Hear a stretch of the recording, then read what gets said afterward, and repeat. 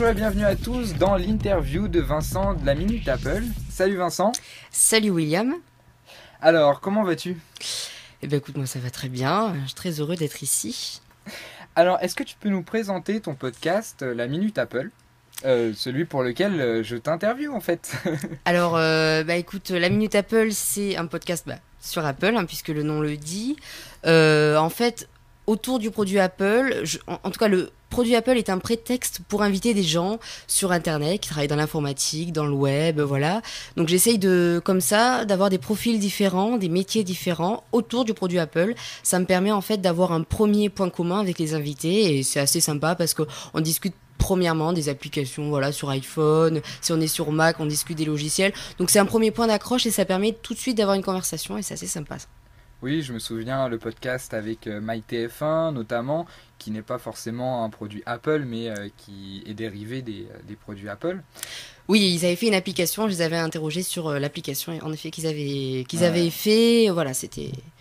Oui. Alors, petite question qui me vient en tête comme ça, comment trouves-tu tes contacts pour ton podcast Où vas-tu chercher, par exemple, pour MyTF1 ou que ce soit pour tout le reste C'est une bonne question, parce que honnêtement, je ne crois pas qu'il y ait de vrai... c'est pas marqué sur...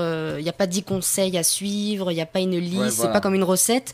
J'essaye, je tâtonne. Sur Internet, ce qui est facile, c'est que je cherche sur Google des profils qui m'intéressent. Ensuite, je regarde les gens. Avec Twitter, c'est aussi très sympa parce que du coup, j'ai l'impression de connaître les gens. Donc...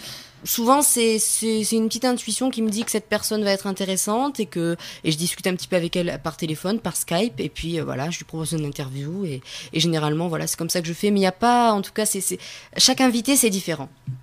Ok, je vois. Alors, est-ce que tu peux te présenter toi, en dehors de la Minute Apple, tes études, ton travail si tu travailles, tout ça ? Alors moi, je saurais pas par comment me présenter. Maintenant, je suis étudiant, je suis lycéen. Pour tout te dire, voilà, j'essaye de concorder un petit peu ce travail de podcast avec la Minute Apple et puis mon travail de lycéen qui me prend aussi pas mal de temps, même si je sais pas vraiment qu'est-ce que je consacre le plus. Non mais ça attention parce qu'après ça va être diffusé. Ouais, non mais attention à ce que tu dis, ouais, exactement. Non mais non, honnêtement ça me prend du temps le podcast. Sur le temps scolaire ça c'est clair. Maintenant j'essaye de vraiment séparer les deux et quand je travaille et puis j'essaye voilà dans la journée de prendre un petit peu de temps pour le podcast avec Twitter, les mails, tout ça parce que ça prend tout de suite un petit peu de temps. Oui, et puis surtout en faisant un podcast, notamment sur la high-tech, il faut un minimum de veille technologique, surtout en ce qui est Apple. Un minimum, oui. Ouais. Un minimum, si on peut dire comme ça. Et tu as une idée du travail que tu veux faire après tes études, vers quoi tu veux t'engager, plutôt dans le domaine Apple, informatique, podcast, vidéo, journalisme? Rien à voir avec, tu l'as dit à la fin, rien à voir avec Apple. Ça serait plutôt dans du journalisme et dans les médias. Alors je sais pas exactement si ça serait la radio, la télé ou la presse écrite, mais en tout cas je sais que je veux travailler dans le journalisme, ça c'est clair et net. Le domaine quoi. Ça c'est clair. Alors comment t'es arrivé dans le domaine Apple ? Comment tu es passé sur Mac ? Tu es passé du côté obscur de la force un peu. Que ce soit sur iOS ou sur macOS, parce que tu n'as pas forcément fait en même temps. Alors oui, j'ai eu l'iPhone en premier, c'était il y a 3 ans, j'avais le 3GS. Ensuite, j'ai eu un iMac et à partir de l'iMac, j'ai commencé à m'intéresser vraiment aux produits Apple et à tout ce qui s'engendrait autour, c'est-à-dire toute l'entreprise, toute l'économie, toutes les finances, tout ça. Je me suis beaucoup intéressée à Steve Jobs, aux dirigeants. Et du coup, à partir de là, je me suis dit que j'allais partager les informations que je recueillais. Et puis voilà, j'avais envie en fait de faire un podcast. Bon, alors ça a été un petit peu... Le podcast, ça a été... je l'ai fait suite parce que j'ai arrêté une activité. Et puis je me suis dit, j'allais faire un podcast, pourquoi pas sur Apple. Voilà, ça a été vraiment le prétexte pour faire du podcast. Honnêtement, voilà. Et c'est la seule chose qui t'a fait switcher sur Mac, le podcast ou Ah non, pas du tout. Non, j'ai eu l'iPhone et l'iMac avant, et après bien sûr j'ai eu quelques autres trucs, voilà, mais je suis assez équipée Apple chez moi, effectivement. Ah, à quel point? J'ai honte, hein. Non, j'ai pas honte. Non, j'ai pas honte. Non, mais j'ai beaucoup de choses. J'ai l'iPad, voilà. Enfin, quand je dis c'est dans ma famille, on est assez Apple, donc du coup, on partage beaucoup de produits Apple TV, la Time Capsule qui nous sert souvent. Apple TV. Oh C'est bon, c'est pas la peine de me faire marcher sur ça. Je sais que l'Apple TV Shame est un on you. échec. Je le sais. Mais la télé Apple arrive. Voilà, c'est pas. Es-tu pour autant un fanboy ou Enfin, est-ce que tu te définis comme un fanboy ou juste quelqu'un qui s'intéresse aux nouvelles technologies, dont Apple? Ben, c'est assez partagé parce que j'étais un fanboy Apple en juin 2011 quand j'ai commencé le podcast. Et depuis le podcast, j'ai maintenant un œil critique sur la firme. Du coup, je suis assez partagée en ce moment avec les pratiques d'Apple, des fois quelque peu, bon voilà, pas de terme, mais les pratiques d'Apple, et puis voilà, et puis ce qu'elle fait de bien. Il y a aussi ce qu'elle fait de mal. Notamment le journalisme avec le newsstand là dans iOS. Ça, c'est le genre de critique que tu pourrais faire à Apple? Non. Parce que... C'est quel genre de critique que tu fais? Non, quel genre de critique je pourrais faire Apple? C'est juste que je trouve qu'Apple, en ce moment, se braque sur certains services et certains produits. Et c'est dommage parce que Apple pourrait s'ouvrir et offrir de bonnes opportunités. Maintenant, moi, je me sens très bien dans les produits Apple, dans le produit iOS. Voilà, entre l'iPad, mon iPhone et mon Mac, c'est... total love, hein, c'est clair. Hein, avec iCloud au milieu. Avec iCloud au milieu, voilà, avec Page, tout ça. Moi je m'éclate. En tout cas, je ne ressens plus le passage de mon Mac à mon iPhone et de mon iPhone à mon iPad. Pour moi, c'est merveilleux, en tout cas en termes de productivité. Voilà, ça c'est clair. Ouais, je vois. Alors, qu'est-ce qui t'a amené dans le podcast? Par exemple, tu me disais tout à l'heure que tu voulais partager des choses que tu découvrais sur l'univers Apple. Pourquoi ne pas les partager sur un blog ou pourquoi l'audio plutôt que la vidéo? Enfin, qu'est-ce qui t'a attiré dans le podcast? La partie journalisme un petit peu. Oui, ça c'est clair, ça a été la première partie, puisqu'avant je faisais, comme je te l'ai dit, une autre activité. Et du coup, je me suis dit que j'allais faire un petit peu du journalisme, mais je n'avais pas, en tout cas, mais je n'ai toujours pas d'ailleurs les compétences pour faire du vrai journalisme culturel ou politique. Du coup, je me suis rattachée à la première chose que je savais que tu maîtrisais complètement, quoi. Bah, je peux pas dire que je maîtrise concrètement, mais bien, complètement, voilà. Mais voilà, je maîtrisais bien le sujet Apple. Même de jour en jour, j'apprends beaucoup de choses sur Apple. Voilà, ça me permet d'être Apple, voilà. Alors, tu me posais ta question tout à l'heure sur le podcast et pourquoi pas un blog. Alors le blog, le souci du blog, enfin j'ai un blog à part du podcast. Le souci du blog, c'est que c'est écrit. Et moi en fait, j'aime bien parler, j'aime trop parler même. Tu le vois, tu le constates. Mais du coup, je me suis dit qu'il fallait que je parle et que le blog, ça m'aurait restreint. Voilà, je préférais me faire connaître dans du podcast. Bon, même si je suis pas du tout connue à l'heure actuelle, mais que de par un blog. Voilà, ça c'est clair. Et puis la radio, tout, ça me plaît plus que la télé en fait. Voilà, honnêtement, c'est tout. C'est une question de goût. Ça m'amenait à ma question d'après. Faire de l'audio une question de simplicité ou réelle préférence. Donc en fait, toi, t'es plutôt attiré par l'audio. Ouais, généralement, je suis attiré par l'audio. Je veux dire, les podcasts vidéo, je les télécharge même pas. Bon, s'il y en a quelques-uns, je citerai pas de nom parce que ça leur ferait de la pub. Non, je rigole. Mais non, j'écoute beaucoup de podcasts audio parce que ça me permet le soir, voilà, après une petite lecture, voilà, c'est plus simple, on va dire, le podcast audio, c'est plus accessible et c'est vraiment sympa à monter en plus. Alors, moi, ça m'amène à ma question d'après. C'est à peu près l'été dernier que j'ai vu arriver la Minute Apple un peu sur Facebook, sur un peu partout. Et puis là, d'un coup, en quelques semaines, quelques mois, il y avait de la Minute Apple partout et j'en entendais parler à pas mal d'endroits. Alors comment expliques-tu ce petit engouement ou ce succès à l'arrivée, puisque t'as très bien joué, t'as fait un podcast qui a assez réussi au début. Comment tu expliques ça?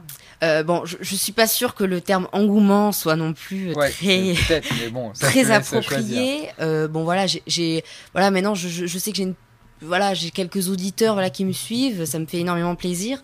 Maintenant, à mon avis, c'est parce que il y a je crois un podcast sur Apple, enfin même deux de tête, voilà.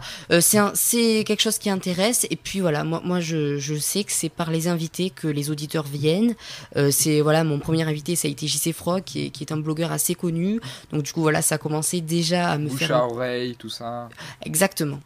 Et puis les invités en fait sont très diversifiés. Du coup, je pars de plus en plus du terme Apple, c'est-à-dire que Apple dans le podcast qui dure de 20 à 30 minutes, il y en a, allez, 5-10 minutes. C'est pas non plus, voilà. Après, le reste, c'est plutôt sur du web et d'immédiat.